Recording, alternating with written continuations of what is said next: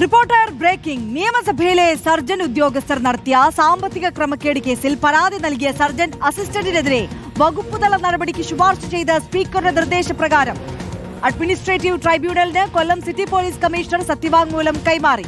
വകുപ്പുതല നടപടി റദ്ദാക്കണമെന്നാവശ്യപ്പെട്ട് അജിൻ അഡ്മിനിസ്ട്രേറ്റീവ് ട്രൈബ്യൂണലിനെ സമീപിച്ചിരുന്നു. സാമ്പത്തിക ക്രമക്കേട് ആരോപിച്ചാണ് അജിൻ RL പരാതി നൽകിയത്. അരുൺ സോളമനാണ് വിവരങ്ങളുമായി ചേരുന്നത്. അരുൺ, എന്തൊക്കെയാണ് വിശദാംശങ്ങൾ?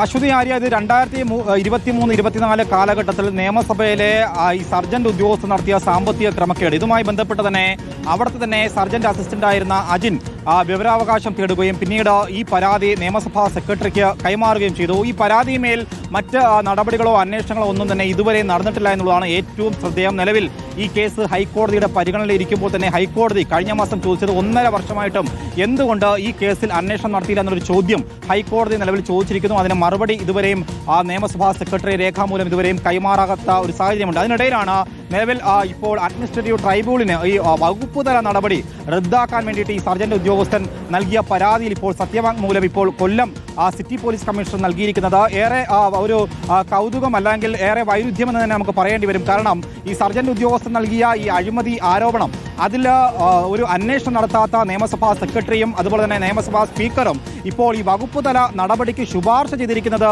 നിയമസഭാ സ്പീക്കറാണ് എന്നുള്ളതാണ് കൊല്ലം സിറ്റി പോലീസ് കമ്മീഷണർ സത്യവാങ്മൂലം നൽകിയ റിപ്പോർട്ടിൽ ചൂണ്ടിക്കാണിക്കുന്നത്. എന്തായാലും അത് ഏറെ ഗൗരവകരമായിട്ടുള്ള ഒരു കാര്യമാണ്. ഇനിയിപ്പോൾ ഹൈക്കോടതിയുടെ പരിഗണനയിലിരിക്കുന്ന ഒരു കേസിൽ സ്പീക്കർ ഇത്തരത്തിൽ ഈ ആരോപണം ഉന്നയിച്ച് പരാതി നൽകിയ ഉദ്യോഗസ്ഥനെതിരെ വകുപ്പുതല നടപടി സ്വീകരിക്കുന്നതിന് ശുപാർശ ചെയ്തു എന്നതിന് അപ്പുറം ആ ഉദ്യോഗസ്ഥനെ ഇങ്ങനെ സാമ്പത്തിക ക്രമക്കേട് ആരോപിച്ചതിന് പിന്നാലെ അദ്ദേഹത്തെ കൊല്ലത്തേക്ക് ട്രാൻസ്ഫർ ചെയ്ത് ഒരു പ്രതികാര നടപടിയും സ്വീകരിച്ചു എന്നുള്ളതാണ് ഏറെ ശ്രദ്ധേയമായിട്ടുള്ള കാര്യം. അങ്ങനെ ഇരിക്കെയാണ് ഈ ഉദ്യോഗസ്ഥൻ ഏറ്റവും ഒടുവിൽ നീതി തേടി ഹൈക്കോടതിയുടെ മുന്നിലേക്ക് എത്തിയത്. എന്തായാലും ഹൈക്കോടതിയുടെ മുന്നിലെത്തിയ കേസിന് ഇപ്പോൾ നിയമസഭാ സെക്രട്ടറിയോട് മറുപടി ചോദിച്ചുവെങ്കിലും ഇതുവരെ മറുപടി നൽകാത്ത ഒരു സാഹചര്യമുണ്ട്.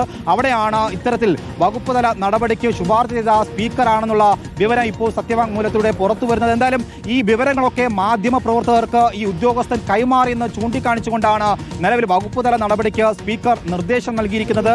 അതിന് പുറമെയാണ് ഉദ്യോഗസ്ഥനെ കൊല്ലം AR ക്യാമ്പിലേക്ക് ട്രാൻസ്ഫർ ചെയ്തത്. എന്തായാലും ഈ നിയമസഭയിലെ സർജന്റ് ഉദ്യോഗസ്ഥരായിരുന്നവർ പ്രധാനമായും ഈ ക്രമക്കേട് നടത്തിയിരിക്കുന്നത് ഡ്യൂട്ടിയിൽ വരാതെ ചില ഉദ്യോഗസ്ഥർ പിന്നീട് ഡ്യൂട്ടി ഹാജർ ബുക്കിൽ രേഖപ്പെടുത്തുകയും പിന്നീട് അലവൻസുകൾ കൈപ്പറ്റിയത് അടക്കമുള്ള വിവരാവകാശം തേടിക്കൊണ്ടാണ് ഉദ്യോഗസ്ഥൻ ഈ സാമ്പത്തിക ക്രമക്കേടിൽ പരാതി നൽകിയത്. പക്ഷേ നാളിതുവരെയായിട്ടും ആ പരാതിമേൽ നിയമസഭാ സെക്രട്ടറി ഇതുവരെയും അന്വേഷിക്കാത്ത ഒരു സാഹചര്യമുണ്ട്. എന്തായാലും നിയമസഭ ഈ ക്രമക്കേടുമായി ബന്ധപ്പെട്ട് ഈ അഴിമതി നടത്തിയതുമായി ബന്ധപ്പെട്ടുള്ള പരാതി ഹൈക്കോടതിയുടെ പരിഗണനയിലാണ്. അശ്വതി ആര്യ. അരുൺ സോളമനാണ് വിവരങ്ങൾ നൽകിയത്.